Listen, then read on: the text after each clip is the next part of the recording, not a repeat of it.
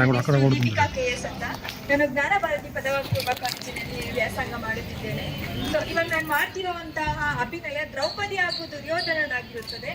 ದ್ರೌಪದಿನ ಇಡೀ ದ್ಯೂತ ಸಭೆಯಲ್ಲಿ ಅವಮಾನಿಸ್ತಾರೆ. ಸೊ ದ್ರೌಪದಿ ಆ ದ್ಯೂತ ಸಭೆಗೆ ಪ್ರಶ್ನೆ ಮಾಡ್ತಾಳೆ. ಸೊ ಆ ಒಂದು ಅಭಿನಯನ ಇಲ್ಲಿ ನಿಮ್ಮ ಮುಂದೆ ತರ್ತಾ ಇದ್ದೀನಿ.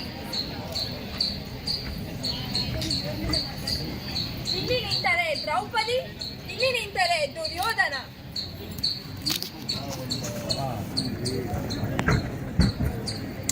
ಮಹಾರಾಜರೇ,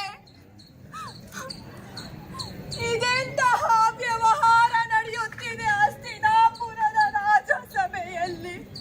ಹಸ್ತಿನಾಪುರದ ಲಕ್ಷ್ಮಿಯಾಗಿ ನಾನು ಈ ನಗರಕ್ಕೆ ಪ್ರವೇಶಿಸಿದ್ದೆ.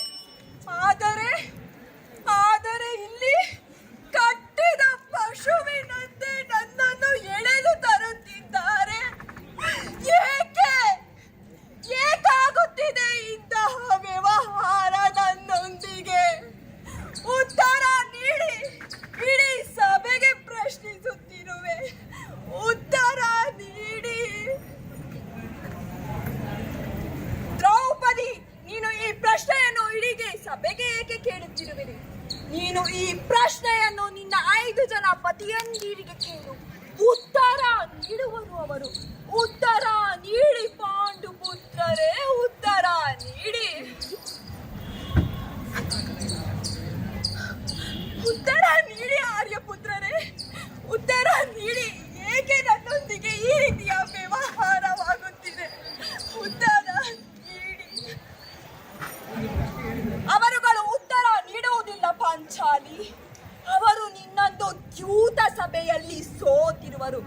ಈಗ ನೀನು ಕುರುವಂಶದ ಕುಲವಧುವಾಗಿಲ್ಲ, ಕುರು ರಾಷ್ಟ್ರದ ಪ್ರತಿಷ್ಠೆಯೂ ಆಗಿಲ್ಲ. ಈಗ ಕೇವಲ ನೀನು ನನ್ನ ದಾಸಿ, ಈ ದುರ್ಯೋಧನನ ದಾಸಿಯಾಗಿರುವೆ. ದಾಸಿ ಪಾಂಚಾಲಿ.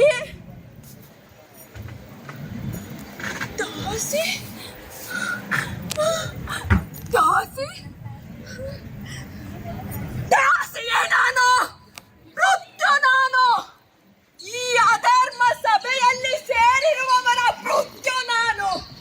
ಯಜ್ಞದಿಂದ ಜನಿಸಿರುವ ಯಜ್ಞ ಸೇನೆಯಾಗಿರುವೆ ನಾನು. ನನ್ನನ್ನು ನೀನು ದಾಸಿ ಮಾಡಿಕೊಳ್ಳಲಾರೆ ದುರ್ಯೋಧನ, ದಾಸಿ ಮಾಡಿಕೊಳ್ಳಲಾರೆ. ಏ ದುಶ್ಯಾಸನ, ಕಪಟ ನೀಚ, ಇಡೀ ಸಭೆಯ ಮುಂದೆ ನನ್ನ ಕೇಶ ರಾಶಿಗಳನ್ನು ಎಳೆದು ತಂದು ನನಗೆ ಅವಮಾನ ಮಾಡಿದೆಯಲ್ಲವೇ?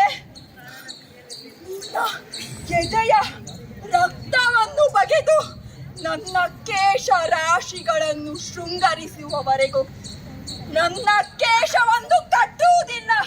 ಇದು ನನ್ನ ಪ್ರತಿಜ್ಞೆಯಾಗಿದೆ, ನನ್ನ ಪ್ರತಿಜ್ಞೆಯಾಗಿದೆ.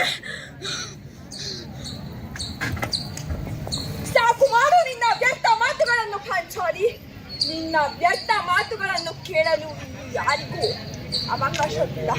ನೀನು ಈಗ ಏನು ಮಾಡಿದರೂ ಈ ದುರ್ಯೋಧನನ ದಾಸಿಯಾಗಿರುವ ಪಾಂಚಾಲಿ, ಹಾಗೂ ಇದೇ ಧರ್ಮವಾಗಿದೆ. ಧರ್ಮ? ಯಾವುದು ಧರ್ಮ? ಈ ಅಧರ್ಮ ಸಭೆಯಲ್ಲಿ ನಡೆಯುತ್ತಿರುವುದು ಧರ್ಮವೇ? ಇದು ಧರ್ಮವೇ? ಬೆಂಕಿ ಬಿದ್ದು ನಿಮ್ಮ ಧರ್ಮಕ್ಕೆ. ಇಲ್ಲಿ ಎಲ್ಲರೂ ಅವರವರ ಧರ್ಮದ ಬಗ್ಗೆ ಅವಶ್ಯವಾಗಿ ಯೋಚನೆ ಮಾಡಿದ್ದೀರಿ.